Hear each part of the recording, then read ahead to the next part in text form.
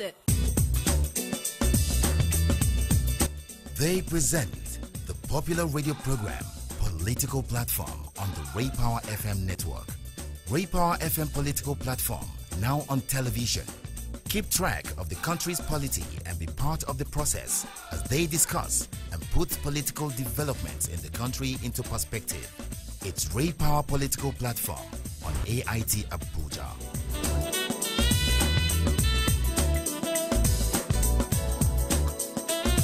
Hello out there, and thanks for joining us on Political Platform. It's a midweek edition, and we are happy you're there to pick up all the reports we have for you. The president is working from home, but the Federal Executive Council meeting wouldn't hold today.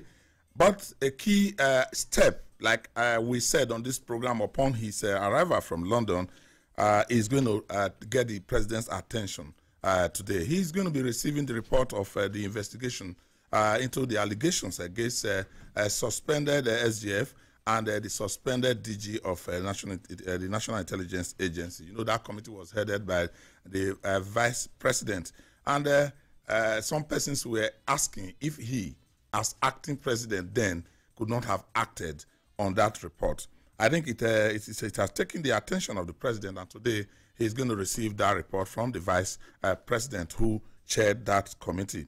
The statements from the villa indicate that a renovation is going on in the office of the president, and so he will be working from home until it is cleared up. A lot of criticisms trailed that yesterday, particularly in the ever-bubbling social media, where the senior special assistant to the president on media talking about Shehu Gaba came under fire for the explanations that he gave. We'll be taking a look at it. We couldn't complete the business in Kogi yesterday, so we'll be calling back the chairman of the APC in Kogi State on the program this morning to finish up with the interview that we started yesterday. Unfortunately, his line went off and we couldn't reach him till the end of the program.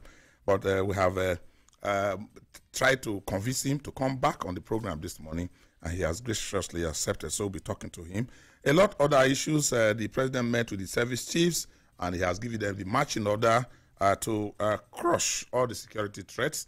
But the disturbing one came from Gobe yesterday, very, very disturbing, even as all hands are being placed on the deck to solve the problems and douse the tension. The coalition of Arewa youth met in the northeast yesterday and fought the president on the pronouncement that the unity of Nigeria is not negotiable. They said they are very convinced that if the referendum is held in the southeast today, that the southeasterners will not, those who are agitating for the secession of Biafra will not get up to 10% of the vote. They are very sure the Igbos will want to remain in Nigeria, but they are asking the president to take on these international instruments that calls for self-determination to allow this referendum to hold. They are daring the IPOB agitators and then the government to go ahead and hold a referendum to see if Igbos will not want to stay in Nigeria. They say until then, all these cries that we want to go will not stop. It should be tested, and it should be one that the president should take a step on, and they expect that when he came back, that's exactly what he was going to do. Allow the Igbos to hold a referendum and go ahead. But we have asked our lawyers, those who are familiar with the law, who are close to us, they say there's no provision for referendum in our constitution. So what would be the basis of the referendum? Of course, the National Assembly has the ball in the court, even by the president, who said they should do everything possible to do. Anybody who has agitation should look at the National Council of State, in the direction of National Council of State and the National Assembly. Okiri Agbonsuremi is my name. A bumper package for you, and we hope that within 30 minutes you have all the opportunity to be updated on some of the key political developments in Nigeria. Mustafa Mohammed is right here with me on the platform. Mustafa, welcome to the program. Okay, yeah, thank you. Even in the era of due process, I think the civil service has a very great problem in Nigeria. One thing Nigerians have not been talking about, despite being a public knowledge, is the appointment of somebody who has failed promotion exams, been appointed as a permanent secretary after the person has resigned. Gabriel Aduda, one of the 21 appointed permanent secretaries. I keep wondering, why should this happen in the era of due process in Nigeria? Is the result of this promotion public promotional exams? They didn't make it public, but I can tell you that that's actually where the challenge is. The issue is that it's a subject of investigative journalism that our colleagues published, that both in Premium Times and Daily Trust, and then the system is aware. The biggest question I keep asking is that how did they appoint him when he has failed exams and out of the system? Well, we are still talking about him failing the exams. When you say fail exam, there are a lot of questions to be asked, whether he indeed failed the exam, whether the federal government or those who conducted the exam have come up publicly, or it is the result we are seeing in the media, particularly if it is a social media. I am not saying that they are not, some of them are not very credible, some of them are very, very, very credible. Even some of the publications, whether they are correct, have they, if they are not correct, why have they not denied them? That's another question you want to ask. Those that said the permanent secretary failed. Ijoma Osamo is also on the program. Ijoma, welcome to the program. Okay, yeah, thank you very much. I think I want to take the side of the Arewa youths calling on the president to allow referendum, because this noise is becoming too much. If you allow these people to decide, let them tell us if they want to stay or leave. That will put. Do you know the danger? Do you know the danger of really doing that? The fears in very, very prominent quarters, and I believe the presidency and those who are in government, in the security, feel that if you lift the doors, open the window for a referendum at this particular time in Nigeria, we would inadvertently be walking towards a straight balkanization. We'll see more than what happened in the USSR. That's the fear we have. That's the fear that's but you know, you cannot hold on to your fears when you are going for a battle. So the best thing is, these people have been, in fact, this whole issue about secession and restructuring, and the whole issue about dividing Nigeria started from this agitation. And if they try to allow these people to do it, like they said, it is very, very, very, very difficult for them to leave Nigeria.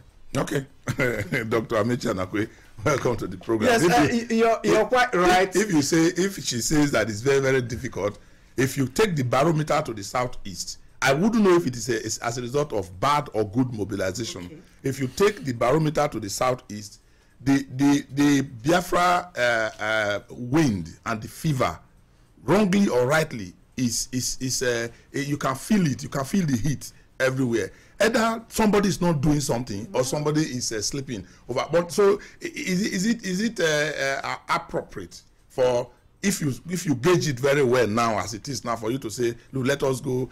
Is the referendum the way out of the Nigerian situation? Those are some of the things we need to ask. Well, here you are right. In our laws, there's no provision for referendum, but in international laws, you have a referendum. If you take a look at states that have gone apart, like South Sudan and Sudan, there has to be this international collaboration with homemade efforts, and that is where a referendum comes in.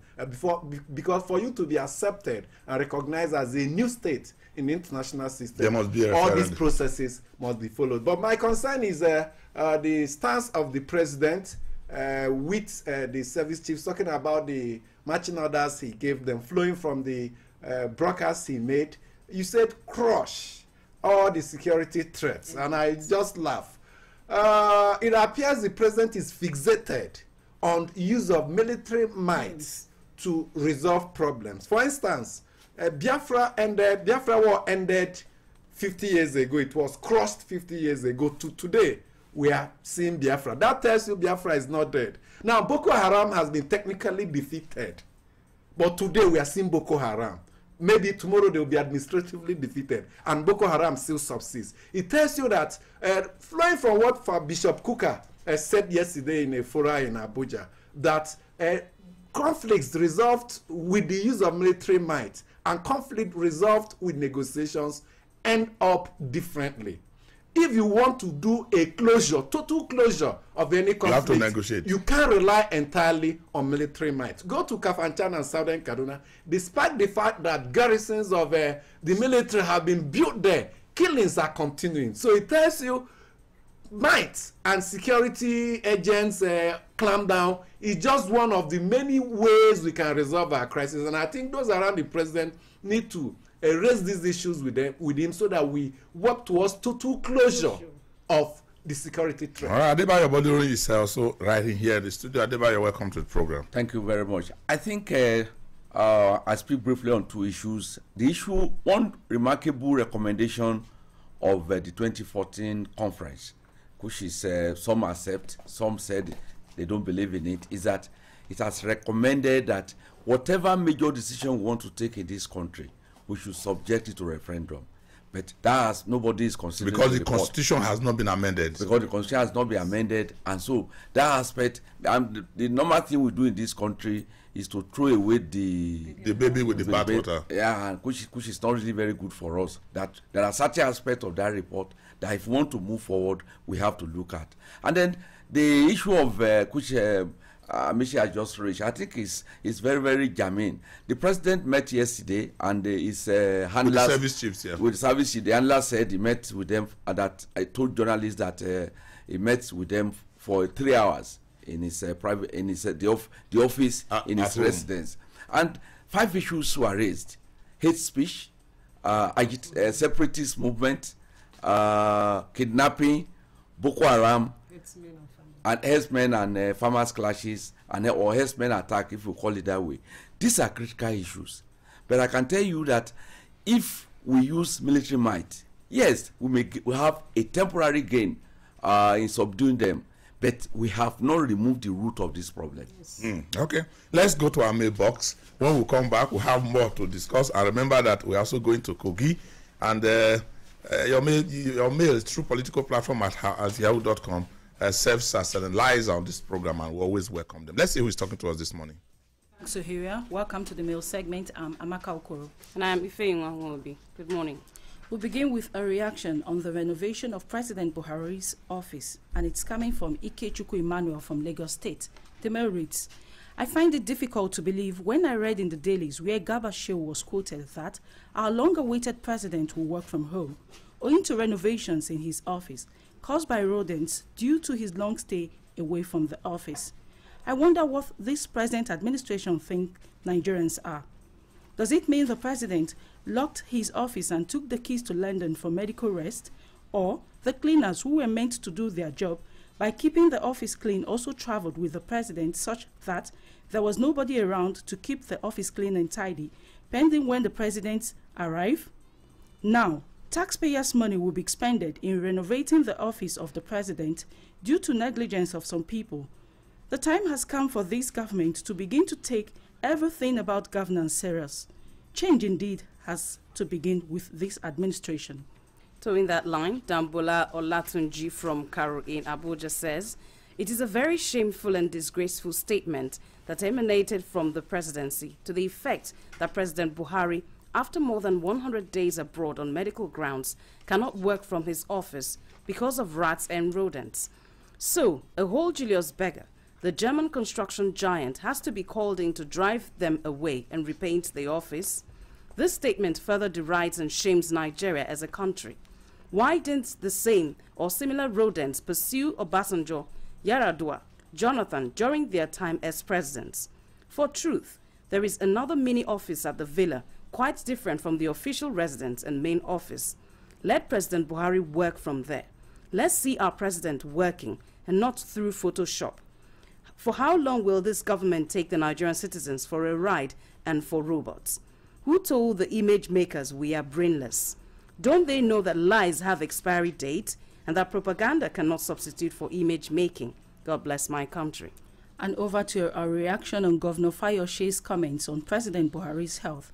This one is coming from Duke Austin in Abuja. The mail reads, Dear crew, I remember clearly how the media was agog and celebrated the case of Ayo Fayoshe, who claimed to have 11 damning pictures of the president on life support. Now, Just yesterday, the people of Kogi State held a protest asking Fayose to produce the pictures or resign. I'm surprised nobody is saying anything, not even the media houses. Fayose should explain what happened.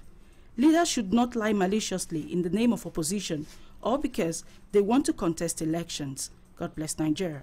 And Ngozi Okoronkwo in Abuja writes on the menace of social media. It reads, I am worried at the rates hate speeches and divisive tendencies are promoted on social media. Worst of all is that many of us believe whatever they see or read on social media without verifying such or using their initiatives to judge the possibility of such posts.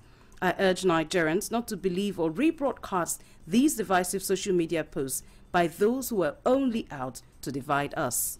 And Sadiq Descent from Okene in Kogi State is reacting to Kogi State public holiday. The mail reads, liveless body or healthy soul, which is worth celebrating. Many went to the same London on health-related issues but never returned alive. When Almighty Chukwuemeka Odimegwu Ojukwu was alive, the state government failed to honor him but went renovating and erected a mansion within 3 months for his death and declared a public holiday. If Bello wanted to correct the culture of eye services, political and social norms of Nigerians, then why the blame? May God help us. That's it on the mail segment. Do keep your contributions coming to politicalplatform@yahoo.com. Bust it! They present the popular radio program Political Platform on the Ray Power FM network. Ray Power FM Political Platform, now on television.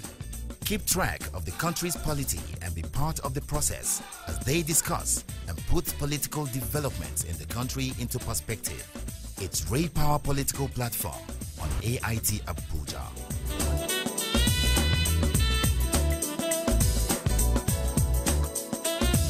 Thank you so much for remaining with us on the platform. Let's quickly go to do the business, the outstanding business in Kogi State. And Alhaji Hadi mentor, chairman of the APC, was speaking with us yesterday. Chairman of APC in Kogi State was speaking with us yesterday. And unfortunately, the line went off, but we have to give him the opportunity because of the statements made by the spokesperson talking about the DG media in the government house. Kingsley found that the APC chairman was running away because he has something. He's running for the police want him, he should submit himself. Thank you so much for joining us on the program, sir. Hello. Thank you. Yeah. Now, Thank you. Yeah. Now let's quickly ask you, how do you react to the committee set up by the APC in Abuja to resolve and unite, reconcile all the warring factions in the APC in Kogi State? Are you part of this? Yes, I'm part of it. So how do you react to it? What is happening? What are they actually looking for? Well, first and foremost, let me answer the question, the answer that the other DG mentioned yesterday. Okay. First and foremost, there was never a time Governor Yarapelo gave the party 10 million naira through anybody to me. APC. But the petition says so. The petition by the assistant treasurer who worked with you before the election said monies were given, that 10 million was given, and that you were in possession of it. That petition says so. So there was never a time Governor Yaya Bello gave the party 10 million naira. The allegation is false. Okay. APC is a party that respects the rule of law. It has a very powerful constitution. It has enough internal mechanism through which any aggrieved member can seek redress. Whoever wrote that petition is advised to go through Article 21 of our party constitution. It is against the party laws for any member to take the party to court. Now, what is the difficulty in you going to the police to make offer this explanation? What is the difficulty? Why run away from the state? Well, I'm not running away from anybody. The reason is that they didn't follow the constitution of the party. As a lawyer, APC member that respect party hierarchy, I am constrained to speak on this issue in the spirit of the reconciliation move of our national secretariat. I advise IG to call the CP to order. Stay clear from dirty politics in Kogi State. This issue not police issue. It is purely party affair. But when it borders on criminality, the police has a responsibility to step in. Look, there's nothing like criminality on this issue. The reason is that, you see, I have told you yesterday, all its matter is by the governor because he has been trying to remove the mayor from the chairman. He has tried to dissolve the structure. There's no way for him because of the constitution backing me. So that is why he now used that person, whosoever said the erratic position. We have 56 state executives. So is the Governor Yahya Bello that is instigating the... He's the one. He's the one. But again and again... Because he knows that he doesn't give me any money through anybody. Again and again, many people will insist that many rational people who are Nigerians who are listening to you will insist that you present yourself to the police and present this matter. That look, even if you don't like the police, even if you don't like the police, their face. You present yourself to the police in Abuja, the police force headquarters. Look, this issue, I said it again. We have constitution of the party. This issue is nothing to do with the police. Okay. Look, if there's any issue between the party, we have the confusion. We now, the so-called whoever wrote that petition, we now come to the state executive meeting. All of us, we have to have majority. We'll sit down and say, okay, the chairman did this. So they'll set a committee. When they find the chairman guilty, they will now refer it to the zonal vice chairman. Okay, now After that, the zonal vice chairman set a committee. We will now send it to the national chairman. I don't know the time when the commissioner of police now be acting as the zonal vice chairman or national chairman of our party. Okay, now it's a pure state party affair. Okay, let's talk about the reasons why you, according to Fanwo yesterday, the DG media, why you are on exile from Kogi State. You have a party to run in Kogi State in Lokoja, but you are not there. You have run away for over 1 year. Especially when you said your part Thank you very much. Look, this 19 months of Governor Bello in the office. Yes. Please ask him. Since when he resumed office, he started fighting the party, both the structure and the leaders. So there's no time. Even the governor office, I didn't know it. So because he's fighting us, and I told you yesterday what is happening in Kogi State. Look at what happened to Dino. I don't have bulletproof car. It's not because of bulletproof car. They could have killed Dino. It's from here today. Yes, sir. Look at what happened to Makama, and the commissioner of police is there. They didn't do anything up to today. So you are afraid. The governor is the executive governor, is the chief security officer. He can direct. He can direct. This time around, you are not in the government. This democracy. They should advise him. Now, have you reported? Everybody to order. Now, have you reported to the police? If you don't trust the police, if you have not cannot report anything. This is a party of him. No, wait. I cannot report. Hold on. Have you reported to the police in Abuja that your life is not secured if you don't trust the police in Kogi State? Yes. Even not only Abuja. When the talk invade our office, my secretary reported to the commissioner of police. Right now, they don't do anything. The state is insecure. I cannot use my life or my teacher. Well, you know what many people are recommending that you should do. They are recommending that you should go to the police in Abuja. If you don't trust the police in Lokoja, go to the police in Abuja and tell them that your life is not safe. You have been elected by the people to be chairman of APC in Kogi, but you don't feel safe. I believe the police will call their colleagues in Kogi to order, and they will do the needful. They will provide you with security. I have done that. You have done that, but you are still not disclosing. I submit the report this week. Okay. Are you optimistic that this Garuba committee will down the tension within the APC in Kogi State? Yes. Okay. I hope so. We are ready. All our team members are ready to follow what the National Secretariat. All right. Thank you very much, Alhaji Adi. Thank you so much. Thank you too. Thank you so much. Thank you so much. Well, let's take a break and then we'll come back and conclude. Bust it. They present the popular radio program Political Platform on the Ray Power FM network. Ray Power FM Political Platform, now on television. Keep track of the country's polity and be part of the process as they discuss and put political developments in the country into perspective. It's Ray Power Political Platform on AIT Abuja.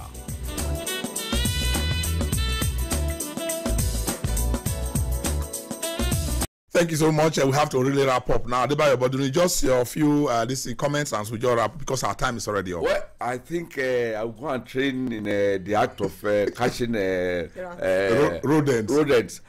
And we have you want to get the contract in the villa? Yes, I don't. There are interestingly enough, there are parts of this country where where rodent is a very talk about Benue. My brothers in the Benue, they love the big rats. There's also a community in Borno State that love it. Community Margi people, they eat a lot of rats. But yes. Don't forget that rodents and some rats they are poisonous to you because Lassa fever is okay. We have to be very, very careful. Yes. Well, I was ashamed. I saw the BBC report. They titled it "Rodents Chase Nigeria's Leader Out of Office." Yeah, I think the explanation by Garba Shehu insults our sensibility. All right. When you lie, you need 100 additional lies to cover that initial Psychologists say if you tell one lie, you need 10 to cover the one lie. And you need each of those 10 lies need 10. So it's a chain of lies. So we may expect more. But let us not say they are telling lies. I think it might be very, very hasty to say they are telling lies. If the office of the president, we found rat in it, we should actually find out how rats got to the office of the president.